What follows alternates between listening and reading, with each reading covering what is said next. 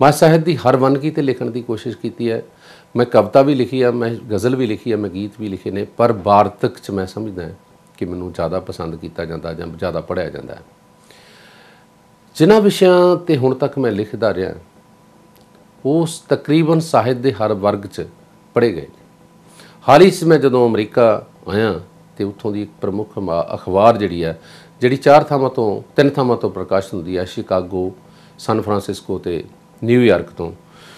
ते उस किताब विच मैं पहलां गल्लीं बाती कालमदीन ते हुण नैण नक्श कालमदीन लिखदा है। नाल ही मैं कुछ अजिहियां यादां नूं भी उहदे विच लिखण की कोशिश करदा कि जिहड़ियां शायद मेरी ही जिंदगी च वापरीਆਂ ने, ते नाल दी नाल ही मैं गल बणी के नहीं दीन काव्यक रचना नूं भी नाल नाल लैके तुरदा है।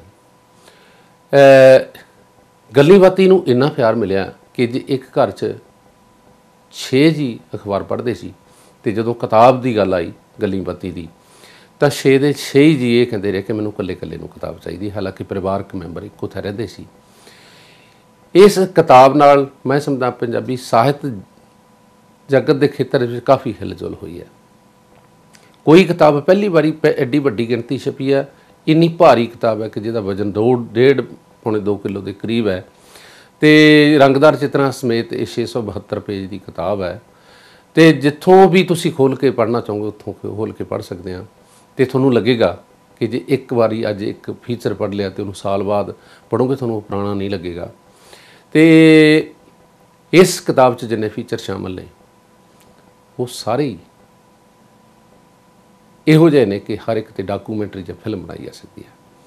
सो मैं इस तो बाद अजीत च एक कालम लिखदा रहा 7 साल लगातार, दुनिया परे परे, जिन्हां देशां नूं मैं जिन्हां थावां नूं अपनी अखां नाल वेखिआ, उन्हां थावां नूं ਜਿਹੜੀਆਂ थावां आम नज़र थाणी नहीं लंघीਆਂ, उन्हां थावां बारे, उन्हां थावां ਦੀਆਂ आश्चर्यजनक घटनावां बारे ते कई अजिहियां घटनावां जिन्हां बारे तुसीं कल्पना भी नहीं कर सकते, वो जदों मैं अपनी अखां नाल देख के लिखियां तो उस 7 साल दुनिया परे परे कालम टाइटल दीन चलदे कालम नूं मेरे लखां फाटकां ने बहुत प्यार दिता है।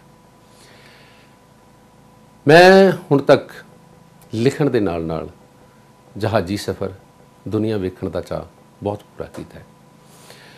एक समा ऐसा आया कि पंजाब विच जदों हालात सुखावे नहीं सन, पंजाब च लुधियाणे लगदे प्रोफैसर मोहन सिंह मेले ते दुनिया पंजाब चों ते दुनिया भर चों बसदे पंजाबी उस मेले च अपनी हाज़री लाउणी माण महसूस करते सन।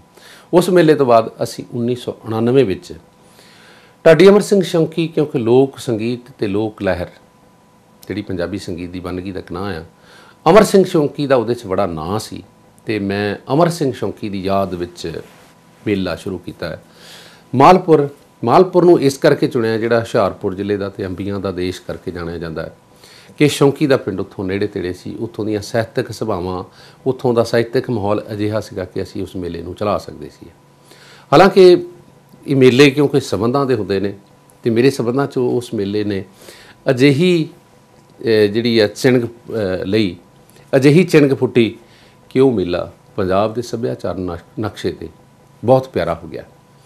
1999 तो लैके 1996 तक उस मेले च हर संगीतकार ने, हर गायक ने, हर ढाडी ने, हर नाटककार ने, हर शायर ने ते हर स्पोर्ट्समैन ने हाज़री लवाई है। तो उस मेले नूं वेखण लई पंजाबी लोग अपना धन भाग समझते सन।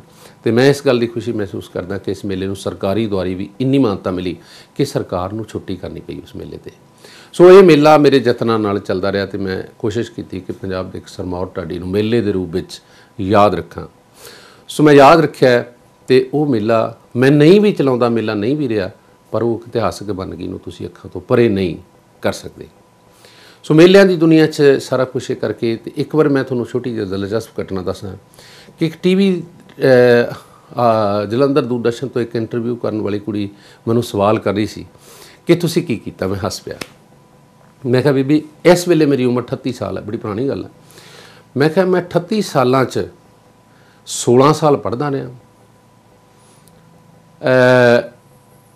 18 साल नौकरी कर ली सरकार दी, मैं 16 देश देख लए, 4,500 लेख लिखता, 950 प्रोग्राम जलंधर दूरदर्शन तो पेश कर दिता, 125 प्रोग्राम जिहड़ा आल इंडिया रेडियो तो पेश कर दिता। मैं लंडन रेडियो तो खबरां पढ़दा रहा, 2 मेरे बच्चे ने, ਤੇ ਮੇਰੀ ਵਾਈਫ ਹੈ, ਮੇਰਾ ਘਰ ਹੈ, ਤੇ ਮੈਂ ਇੰਨੀ ਉਮਰ 'ਚ ਇੰਨਾ ਕੁਝ ਹੀ ਕਰ ਸਕਦਾ ਸੀਗਾ। ਉਹ ਕਹਿੰਦੀ ਇਹ ਉਹ ਹਿਸਾਬ ਕਿਤਾਬ ਕਹਿੰਦੀ ਵੀ ਇੰਨੀ 38 ਸਾਲਾਂ ਦੀ ਉਮਰ 'ਚ ਇੰਨਾ ਸਾਲ ਪੜ੍ਹਦੇ ਰਹਿਣਾ, ਚਿਰ ਲਿਖਦੇ ਰਹੇ। ਮੈਂ ਕਿਹਾ ਹਿਸਾਬ ਕਿਤਾਬ ਘਰ ਜਾ ਕੇ ਕਰ ਲਿਓ। ਮੇਰੇ ਕਹਿਣ ਤੋਂ ਭਾਵ ਹੈ ਕਿ ਜ਼ਿੰਦਗੀ 'ਚ ਤੁਸੀਂ, ਮੈਂ ਇੱਕ ਭਾਵੇਂ ਕਈ ਜਿਹੜੇ ਮੈਨੂੰ ਪੜ੍ਹਦੇ ਸੀ ਉਹ ਇਸ ਗੱਲ ਨੂੰ ਨਹੀਂ ਮੰਨਦੇ ਸੀਗੇ ਕਿ ਮੈਂ ਕਦੋਂ ਲਿਖਦਾ ਹਾਂ। ਮੈਂ 19 ਸਾਲ ਪੂਰੇ ਰਾਤ ਨੂੰ 3 ਵਜੇ, ਤੜਕੇ 3 ਵਜੇ ਉੱਠਦਾ ਸੀ ਅਤੇ ਮੈਂ 7:30 ਵਜੇ ਤੱਕ ਹਮੇਸ਼ਾ ਲਿਖਿਆ, ਪੜ੍ਹਿਆ। ਉਸ ਤੋਂ ਬਾਅਦ ਮੈਂ ਆਪਣੀ ਨੌਕਰੀ ਕਰਦਾ ਸੀਗਾ। ਨੌਕਰੀ ਕਰਨ ਤੋਂ ਬਾਅਦ ਜ਼ਿੰਦਗੀ ਦੇ ਹੋਰ ਰੁਝੇਵੇਂ ਸੀ ਅਤੇ ਉਹਨਾਂ ਰੁਝੇਵਿਆਂ ਨੂੰ ਵੀ ਮੈਂ ਕਦੇ ਪ੍ਰਭਾਵਿਤ ਨਹੀਂ ਹੋਣ ਦਿੱਤਾ। ਨਾ ਮੈਂ ਆਪਣੀ ਪਰਿਵਾਰਕ ਜ਼ਿੰਮੇਵਾਰੀਆਂ ਤੋਂ ਕਦੇ ਭੱਜਿਆ। ਅਤੇ ਮੈਂ ਜੋ ਕੁਛ ਵੀ ਲਿਖਿਆ, ਜੋ ਕੁਛ ਵੀ ਆਊਟਪੁੱਟ ਦਿੱਤੀ ਹੈ, ਉਹ ਮੈਨੂੰ ਉਸ ਸਮੇਂ ਨੇ ਦਿੱਤੀ ਹੈ, ਕਿਉਂਕਿ ਉਸ 4 ਘੰਟੇ ਦੇ ਸਮੇਂ 'ਚ ਸਿਆਣਿਆਂ ਤੋਂ ਸੁਣਦੇ ਆਏ ਸੀਗੇ ਕਿ ਉਹ ਜਿਹੜਾ ਪਹਿਲਾ ਪਹਿਰ ਹੁੰਦਾ ਉਹ ਸ਼ਾਂਤਮਈ ਹੁੰਦਾ। ਉਤੋਂ ਚਿੜੀਆਂ ਵੀ ਨਹੀਂ ਬੋਲਦੀਆਂ ਹੁੰਦੀਆਂ। ਉਦੋਂ ਕੁੱਕੜ ਤਾਂ ਬੋਲਦੇ ਨੇ ਕਿ ਬੰਦੇ ਨੂੰ ਉਠਾਉਣਾ ਹੁੰਦਾ, ਪਰ ਮੈਂ ਕੁੱਕੜਾਂ ਦੇ ਬੋਲਣ ਤੋਂ ਪਹਿਲਾਂ ਉੱਠ ਜਾਂਦਾ ਸੀ। ਸੋ ਉਸ ਇਕਾਂਤ 'ਚ ਜਿਹੜਾ ਮੈਂ ਸਾਹਿਤ ਲਿਖਿਆ, ਜਿਹੜੀਆਂ ਮੈਂ ਸਾਹਿਤਕ ਰਚਨਾਵਾਂ ਨੂੰ ਸ਼ਬਦ ਦਿੱਤੇ ਨੇ, ਉਹਨਾਂ ਨੂੰ ਪ੍ਰਵਾਨਗੀ ਬਹੁਤ ਮਿਲੀ ਹੈ। ਮਸਲਨ ਮੈਂ ਤੁਹਾਨੂੰ ਕਵਿਤਾ ਦੀ ਇੱਕ ਵੰਨਗੀ ਦੱਸਦਾ ਕਿ ਮੈਂ ਡੂੰਘਾ ਨਹੀਂ ਲਿਖ ਸਕਦਾ। ਮੈਂ ਹਮੇਸ਼ਾ ਮੰਨਦਾ ਰਿਹਾ ਕਿ ਉਹ ਉੱਦਾਂ ਨਹੀਂ ਮੈਂ ਲਿਖ ਸਕਦਾ ਕਿ ਜਿਹਨਾਂ ਸ਼ਬਦਾਂ ਨੂੰ ਫਿਰ ਲੱਭਣ ਲਈ ਭਾਈ ਕਾਹਨ ਸਿੰਘ ਦਾ ਸ਼ਬਦਕੋਸ਼ ਲੱਭਣਾ ਪਵੇ ਜਾਂ ਕਿਸੇ ਨੂੰ ਪੁੱਛਣਾ ਪਵੇ ਵੀ ਇਸ ਗੱਲ ਦੇ ਕੀ ਅਰਥ ਨੇ। ਉਦਾਹਰਣ ਵਜੋਂ ਮੇਰੀ ਇੱਕ ਕਾਵਿ ਰਚਨਾ ਹੈ ਕਿ ਸ਼ੇਰਾਂ ਦੀਆਂ ਬੈਠਕਾਂ 'ਚ ਗਿੱਦੜਾਂ ਨੇ ਵਾਸ ਕੀਤਾ। ਸ਼ੇਰਾਂ ਦੀਆਂ ਬੈਠਕਾਂ 'ਚ ਗਿੱਦੜਾਂ ਨੇ ਵਾਸ ਕੀਤਾ, ਪੁੱਛ ਪ੍ਰਤੀਤ ਹੁਣ ਬਾਂਦਰਾਂ ਦੀ ਲੱਗ ਪਈ। ਕੌਣੇ ਬੁਝਾਊ ਛੇਤੀ ਬੋੜੀ ਵਿੱਤ ਬੀਬਾ, ਜਿਹੜੀ ਦੁਨੀਆ 'ਤੇ ਮਚੀ ਚੌਹਾਂ ਪਾਸਿਆਂ ਤੋਂ ਅੱਗ ਪਈ। ਹਾਕਮ ਹਕੂਮਤਾਂ ਦੇ ਨਸ਼ੇ ਵਿੱਚ ਗੁੱਟ ਹੋਏ, ਸੱਚੀ ਹੁਣ ਗੰਗਾ ਹੈ ਪਿਹੋਏ ਵੱਲ ਵਗ ਪਈ। ਬਾਪ ਦੀ ਲਾ ਪੱਗ ਪੁੱਤ ਪੈਰਾਂ ਹੇਠ ਰੋਲਦੇ ਨੇ, ਭੈਣ ਬੇਪੱਤ ਹੁਣ ਵੀਰਾਂ ਕੋਲ ਲੱਗ ਪਈ। ਇਵੇਂ ਕਿ ਕਿੱਥੇ ਘੁੰਡਦਾ ਰਿਹਾ ਰਿਵਾਜ਼, ਹੁਣ ਤਾਂ ਪਟੇ ਰੱਖ ਲੈ ਮੁੰਨ ਕੇ ਗੁੱਤ ਲੋਕੋ। ਬਾਪੂ ਪੂਰਾ ਹੀ ਗੁਰੂ ਦੇ ਲੜ ਲੱਗਿਆ, ਨਹੀਂ ਧੀ ਨੂੰ ਸਹੇਲੀਆਂ ਬਣਾਉਣ ਵਿੱਚ ਹੁੱਤ ਲੋਕੋ। ਤਾਰਾ ਅੱਖਾਂ ਦਾ ਵਿਗੜਿਆ ਸੁਧਰਦਾ ਨਹੀਂ, ਬਾਪੂ ਫੇਰ ਕੇ ਵੇਖ ਲਿਆ ਜੁੱਤ ਲੋਕੋ। ਮਾਵਾਂ ਇੱਛਰਾਂ ਵਰਗੀਆਂ ਨਹੀਂ ਰਹੀਆਂ ਅਤੇ ਸਰਵਣ ਜਿਹੇ ਨਾ ਰਹਿ ਗਏ ਪੁੱਤ ਲੋਕੋ। ਜਿਵੇਂ ਮੈਂ ਪਹਿਲਾਂ ਜ਼ਿਕਰ ਕਰਕੇ ਗਿਆ ਕਿ ਗੀਤਕਾਰ ਮੈਂ ਬਣਨਾ ਚਾਹੁੰਦਾ ਸੀਗਾ। ਗੀਤਕਾਰ ਬਣ ਨਹੀਂ ਸਕਿਆ, ਪਰ ਮੈਂ ਗੀਤਕਾਰਾਂ 'ਚ ਵਿਚਰਿਆ ਬੜਿਆ। ਜਿੰਨੇ ਕੁ ਗੀਤ ਮੈਂ ਲਿਖੇ ਨੇ ਉਹ ਗੀਤ ਰਿਕਾਰਡ ਹੋਏ ਨੇ। ਜਿਨ੍ਹਾਂ ਨੇ ਗਾਏ ਨੇ ਉਹਨਾਂ ਦੇ ਨਾਂ ਨੇ, ਮੇਰਾ ਨਾਂ ਘੱਟ ਵੀ ਹੋਵੇ ਕੋਈ ਗੱਲ ਨਹੀਂ। ਮੈਨੂੰ ਕੁਲਦੀਪ ਮਾਨਕ ਨੇ ਬੜਾ ਗਾਇਆ, ਮੈਨੂੰ ਪਰਮਿੰਦਰ ਸੰਧੂ ਨੇ ਗਾਇਆ, ਮੈਨੂੰ ਸਰਦੂਲ ਸਿਕੰਦਰ ਨੇ ਗਾਇਆ, ਅਮਰ ਨੂਰੀ ਨੇ ਗਾਇਆ, ਦੁਰਗੇ ਰੰਗੀਲੇ ਨੇ ਗਾਇਆ, ਸੁਖਵਿੰਦਰ ਪੰਛੀ ਨੇ ਗਾਇਆ, ਸੁਖਦੇਵ ਸਾਹਿਲ ਨੇ ਗਾਇਆ ਅਤੇ ਮਮਤਾ ਜੋਸ਼ੀ ਤੱਕ ਮੈਨੂੰ ਬਹੁਤ ਸਾਰੇ ਗਾਇਕਾਂ ਨੇ ਗਾਇਆ। ਅਤੇ ਇਹ ਗੀਤ ਜਿਨ੍ਹਾਂ 'ਚੋਂ ਸਾਡੀ ਮੁੰਦਰੀ ਸੱਜਣਾ ਦੇ ਮੋੜ ਨਿਸ਼ਾਨੀ, ਰੰਗਲੇ ਤੋਤੇ ਨੇ ਛਾਲ ਗਿੱਧੇ ਵਿੱਚ ਮਾਰੀ, ਬਿਸ਼ਨਕੁਰੇ ਭਾਬੀਏ ਨੇ ਸਾਨੂੰ ਗਿੱਧੇ ਵਿੱਚ ਨੱਚਣਾ ਸਿਖਾ ਦੇ, ਪਰਮਿੰਦਰ ਸੰਧੂ ਦਾ ਚੁੰਨੀ ਨਾਲ ਪਤਾਸੇ ਕੈਸਟ ਵਿੱਚ ਵੀਰਾ ਕਿੱਡੀ ਦੂਰ ਜਾ ਕੇ ਬਹਿ ਗਿਆ ਜਾਂ ਪਿੱਪਲਾਂ ਦੇ ਟਾਹਣ ਹਿਲਦੇ। ਅਤੇ ਨਾਲ ਦੀ ਨਾਲ ਹੀ ਮੈਂ ਕਲਮ ਦੇ ਨਾਲ ਨਾਲ ਜ਼ਬਾਨ ਚਲਾਉਣ ਦੀ ਵੀ ਕੋਸ਼ਿਸ਼ ਕੀਤੀ ਹੈ, ਜਿਹਨੂੰ ਪਿਆਰ ਮਿਲਿਆ। ਜ਼ਬਾਨ ਚਲਾਉਣ ਤੋਂ ਬਾਅਦ ਮੈਂ ਜਲੰਧਰ ਦੂਰਦਰਸ਼ਨ ਦਾ ਲਿਸ਼ਕਾਰਾ ਪ੍ਰੋਗਰਾਮ ਵੀ ਪੇਸ਼ ਕਰਦਾ ਰਿਹਾ। ਅਤੇ ਜਦੋਂ ਮੇਰੀ ਦਾੜੀ 'ਚ ਚਿੱਟੇ ਆ ਗਏ, ਫਿਰ ਮੈਂ ਦਾੜੀ ਵੀ ਲਾ ਸਿੱਟੀ ਅਤੇ ਪ੍ਰੋਗਰਾਮ ਵੀ ਛੱਡ ਦਿੱਤੇ, ਕਿਉਂਕਿ ਉਹ ਜਵਾਨੀਆਂ ਦਾ, ਉਹ ਜਵਾਨਾਂ ਲਈ ਪ੍ਰੋਗਰਾਮ ਸੀਗਾ। ਪਰ ਮੈਂ ਕਾਬਸ਼ਾਰ, ਅਖਾੜਾ, ਸੰਦਲੀ ਦਰਵਾਜ਼ਾ, ਬਹੁਤ ਸਾਰੇ ਪ੍ਰੋਗਰਾਮ ਜਲੰਧਰ ਦੂਰਦਰਸ਼ਨ ਲਈ ਪੇਸ਼ ਕੀਤੇ ਆ।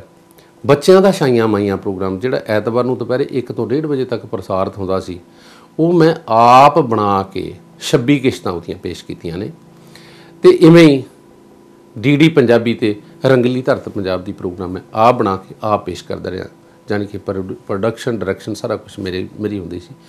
ਸੋ ਮੈਂ ਇਹ ਚਾਅ ਸਾਰੇ ਪੂਰੇ ਕੀਤੇ ਨੇ ਅਤੇ ਮੈਨੂੰ ਲੱਗਦਾ ਹੈ ਕਿ ਇੰਨੀ ਕੁ ਮੇਰੀ ਉਮਰ 50 ਤੋਂ ਹਲੇ ਥੱਲੇ ਹੈ ਅਤੇ ਹਲੇ ਕੁਛ ਵੀ ਨਹੀਂ ਕੀਤਾ, ਹਲੇ ਕਰਨ ਦਾ ਯਤਨ ਜਾਰੀ ਹੈ ਅਤੇ ਮੈਂ ਕੋਸ਼ਿਸ਼ ਕਰਾਂਗਾ ਅਤੇ ਸਫਲ ਵੀ ਹੋਵਾਂਗਾ।